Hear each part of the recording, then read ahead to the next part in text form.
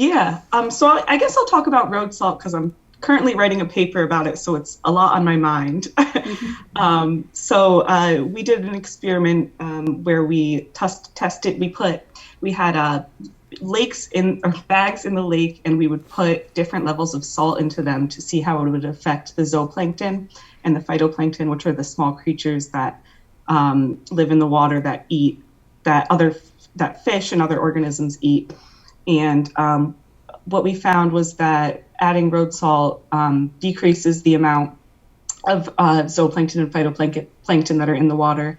And in turn, that could have cascading effects on the environment. Of course, if we don't have zooplankton, then the fish don't have anything to eat. And we've also found, my lab has done a lot of work with road salt, so I'm nowhere near the level of profession that a lot of them are, but they've also found that it can disrupt things like circadian rhythms in zooplankton, which is basically how an animal tells when it's day or night.